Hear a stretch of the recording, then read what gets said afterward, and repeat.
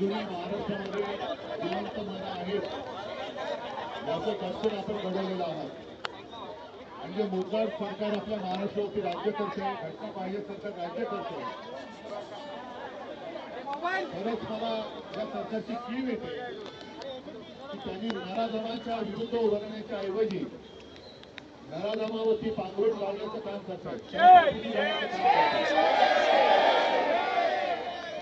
दुष्कृत्य झाल्यानंतर सरकारने खणखणीत बाजू घेण्याची भूमिका घ्यायला पाहिजे होती. पण ज्या वेळेला सर्व दारं बंद होतात तेव्हा जनतेला रस्त्यावरती उतरण्याखेरी दुसरा पर्याय नसतो. आज आपण या सरकारमध्ये हिंमत नाहीये.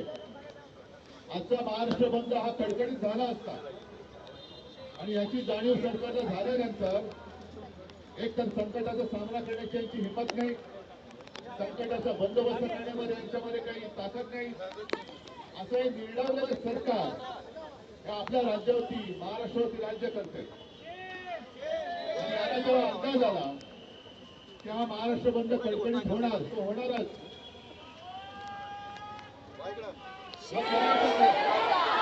त्यांनी त्यांचे केले सपाटे कोर्टात पाठवले आणि कोर्टाकडनं आपल्या महाराष्ट्र बंदला अडथळा निर्माण केला गेला. मी काल संध्याकाळी पत्रकार परिषद घेतली आणि कोर्टाला मी धन्यवाद दिलो. कारण आपल्याला जे वाटलं होतं आपली केस सर्वोच्च न्यायालयात 2 वर्ष 2.5 वर्ष तारीख पे तारीख सुरू आहे, न्याय कधी मिळेल असा आम्हाला एक विश्वास आहे, जरूर आहे. पण कोर्ट एवढ्या त्वरेने आणि तत्परतेने हलू शकतं हे काल कोर्टाने दाखवलं. याच्याबद्दल मी कोर्टाचं अभिनंदन करतो. म्हणजे कोर्ट जर का कोर्टाने ठरवलं तर कोर्ट तात्काळ निर्णय घेऊ शकतं. आज आपण इकडे सगळे जमल्यानंतर सरकारला कळलं असेल की जरी तुम्ही आमच्या बंदला बंदी केली असली तरी महाराष्ट्राच्या प्रत्येक हृदयामध्ये आणि प्रत्येक घरामध्ये या अत्याचाराविरुद्ध आणि तुमच्या नेत्यांच्या सरकारविरुद्ध एक मशाल धगधगते आहे. तुम्ही आमच्या बंदला बंद केलं, कशासाठी आम्ही बंद केला होता? महिलांना सुरक्षा पाहिजे, बहिणीला सुरक्षा पाहिजे, मातेला सुरक्षा पाहिजे, मुलीला सुरक्षा पाहिजे, म्हणून आम्ही बंद केला होता. त्या बंदच्या मध्ये तुम्ही अडथळा आणला. मग गेल्या आठवड्यामध्ये भारत बंद झाला होता 21-22 ऑगस्टला. भारत बंद आपल्या राज्यामध्ये तो जाणवला नाही, पण इतर काही राज्यांमध्ये रेल्वे सुद्धा बंद झाल्या होत्या. तेव्हा हे सगळे याचिकाकर्ते कुठे गेले होते? का तेव्हा या बंदला विरोध केला गेला नव्हता?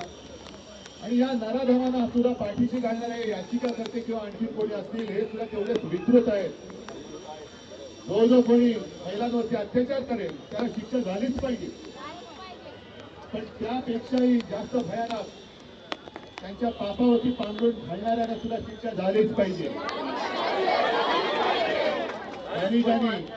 मग तो मराठा समाजाचा विषय असेल, एसटीचा विषय असेल, ही काही माणसं या राज्यकर्त्यांची सडा आवडती झालेली आहेत. सडा आवडते लोक कोण तुम्हाला माहिती आहे, त्यांची काय लायकी आहे तुम्हाला माहिती आहे. त्यांना सुद्धा मी सांगतो की तुम्ही केलं ते तुम्हाला शोभून देणार नाही. तुम्ही याच्यात राजकारण आणलं. आज संपूर्ण घरातल्या महिला तुम्हाला जाब विचारतायत की का माझ्या सुरक्षेच्या आड येतोय. आणि म्हणून मला असं वाटतं आजचं आंदोलन हे संपता कामा नये. जसं आज आपण इकडे आलो, भर पावसात सुद्धा आलो, तोंडाला काळ्या पट्ट्यामधून हातात काळे झेंडे घेऊन याचा निषेध केलेला आहे. मी राज्यातल्या तमाम जनतेला आवाहन करतोय, विनंती करतोय की पुढचे काही दिवस तुम्ही आपापल्या शहरात, आपापल्या गावात, बस डेपो असतील, रेल्वे स्टेशन असतील, रिक्षा स्टँड असतील, जिथे जिथे सार्वजनिक चौक आहे तिथे एक मोठी स्वास्थ्याची मोहीम घ्या. बस ना सर. बहीण सुरक्षित तर घर सुरक्षित.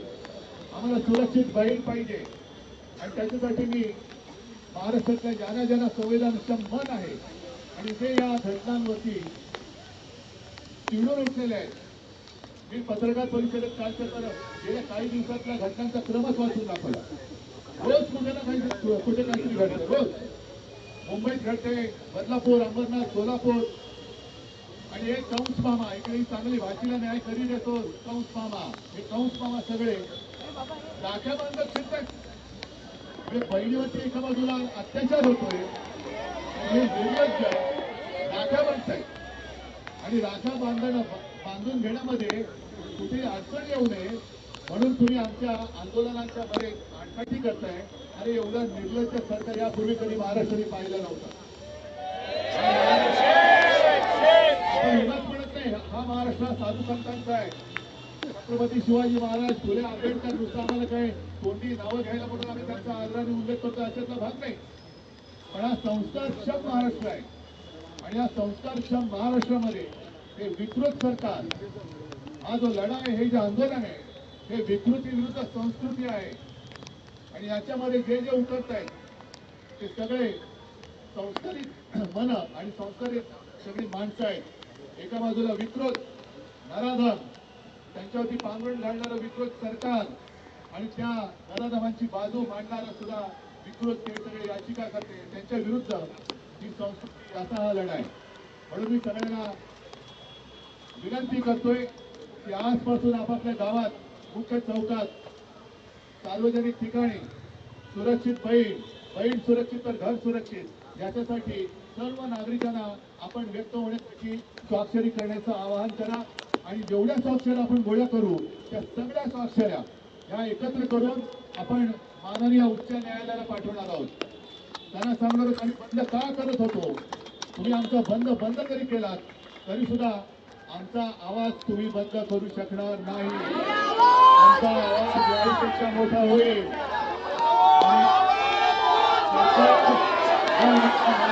रक्षण करायला समर्थ असेल, सरकार जर अत्याचारांचा पाठीशी घालणार असेल तर आम्ही शिवसैनिक या माता भगिनीचे पुत्र आणि बांधव म्हणून आमच्या माता भगिनीचं रक्षण करायला आम्ही समर्थ आहोत. आमच्या राज्यामध्ये आमची भगिनी सुरक्षित राहिलीच पाहिजे, हा आमचा अट्टहास नव्हे, आमचा एक कायदा असेल. आणि म्हणूनच जो शक्ती कायदा आपण केला होता, राष्ट्रपतींकडे तो पाठवला गेलाय. राष्ट्रपती सुद्धा महिला आहेत, त्यांना सुद्धा मी जाहीर आवाहन करतोय की महामहिम राष्ट्रपतीजी, आपल्या दप्तरामध्ये, आपल्या कार्यालयात गेले 1-2 वर्ष माता भगिनींचं रक्षण करणारा शक्ती कायदा हा धुळखात पडलाय. आपण कृपा करावी, त्या कायद्यावरची धूळ झटकावी आणि या सरकारला सुद्धा थोडंसं झटकवा आणि तो कायदा लवकरात लवकर महाराष्ट्रामध्ये अंमलात आणा, अशी जाहीर विनंती मी आज राष्ट्रपतींना करतोय, इथल्या सरकारला करतोय. आपल्या सगळ्यांना धन्यवाद देतो. पण परत एकदा सांगतो, आता जी जाग आले ही जाग जाऊ देऊ नका.